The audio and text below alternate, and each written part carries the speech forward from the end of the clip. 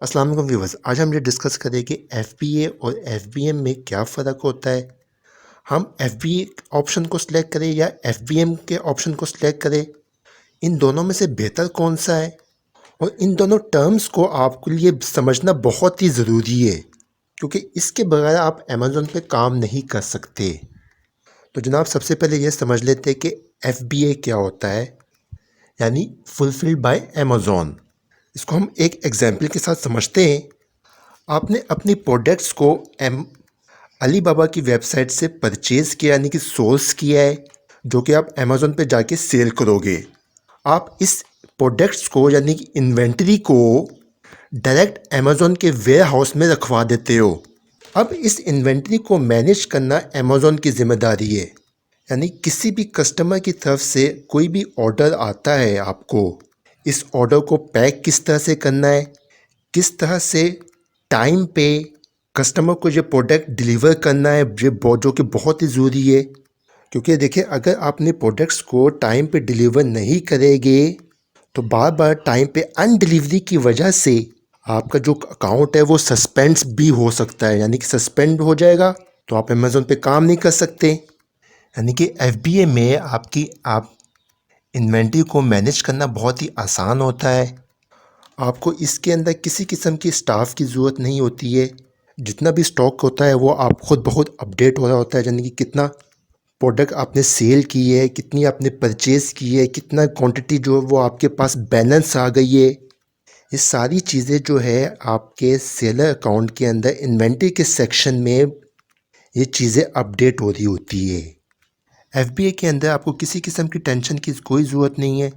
जो ही कस्टमर आपको ऑर्डर करता है तो आपका प्रोडक्ट जो है वो ऑटोमेटिक कस्टमर तक चला जाएगा। और अगर इन केस कस्टमर जो है वो माल को रिटर्न कर देता है, क्योंकि 30 दिन के अंदर ये ऑप्शन मौजूद होता है कि कस्टमर जो है वो माल जो है वो रिटर्न कर सके, तो ये सारी रिस्पॉन्सिबिलिटी जो है वो एफबीए के केस में अमेज़न खुद हैंडल करता है। अब सवाल जब यहाँ पे ये पैदा होता है कि एफबीए के अंदर अमेज़न आपसे चार्ज कितना करता है। देखिए, ये फ़ीस जो चार्ज करता है अमेज़न, वो डिफरेंट प्रोडक्ट्स पे डिफरेंट इसकी फ़ीस होती है। ये एक बहुत लेंथी प्रोसेस होता है जो कि अमेज़न खुद कर रहा होता है एफबीए के मॉडल में। अमेज़न के पास बहुत ही स्टेट ऑफ आर्ट एक शिपमेंट डिलीवरी प्रोसेस मौजूद है, जिसके थ्रू आपकी जो प्रोडक्ट्स है, यानी कि इन्वेंट्री जो है आपकी बेहतरीन तरीके से मैनेज हो रही होती है, ऑन टाइम डिलीवरी हो रही होती है। और जैसे कि मैंने पहले कहा था, अगर आप टाइम पे डिलीवरी नहीं करेंगे तो आपके सेलर का जो अकाउंट है वो सस्पेंड भी हो सकता है। इसलिए आप एफबीए के ऑप्शन को ही सिलेक्ट करें। अब हम फुलफिल बाय मर्चेंट के मेथड को डिस्कस कर लेते हैं, जिसको हम शॉर्ट फॉर्म में एफबीएम कहते हैं। इस केस में आप अपना वेयर हाउस खुद अरेंज करेंगे और जब भी कोई कस्टमर की तरफ से ऑर्डर रिसीव होगा, आप खुद इस अपने प्रोडक्ट को इंटरनेशनल स्टैंडर्ड के तहत पैक करोगे। इसको टाइम पे डिलीवर करना है और कोई भी इसमें इश्यूज़ वगैरह आ जाते हैं रिटर्न्स के, तो वो भी आप खुद ही हैंडल करेंगे। इन्वेंटरी आपको खुद ही अपडेट करना पड़ेगी सारी।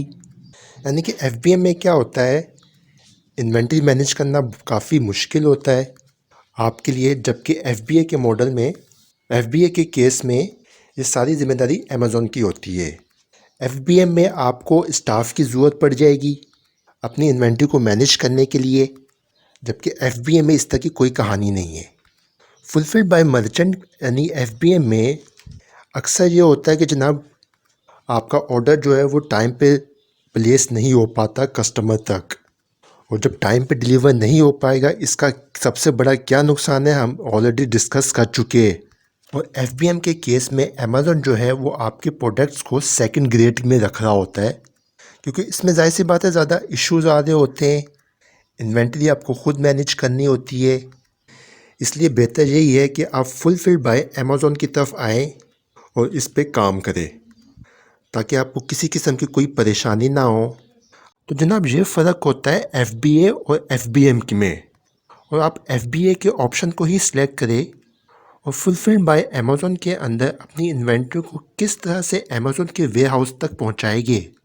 हम इसको डिटेल के साथ आने वाले लेसन्स में डिस्कस करेंगे। इस वीडियो के अख्ताम पे नेक्स्ट लेसन जो है उसका थंबनेल शो होना शुरू हो जाएगा। इसके अलावा पूरी कंप्लीट प्लेलिस्ट बनी हुई है हमारे यूट्यूब चैनल पे अमेज़न प्राइवेट लेबल के नाम से। उस प्लेलिस्ट में कंप्लीट ट्यूटोरियल मौजूद है। आप लाजमी इस प्लेलिस्ट को वॉच करें अगर आप अमेज़न पे काम करना चाह रहे हैं। अब मुझे इजाज़त दें। अल्लाह हाफ़िज़।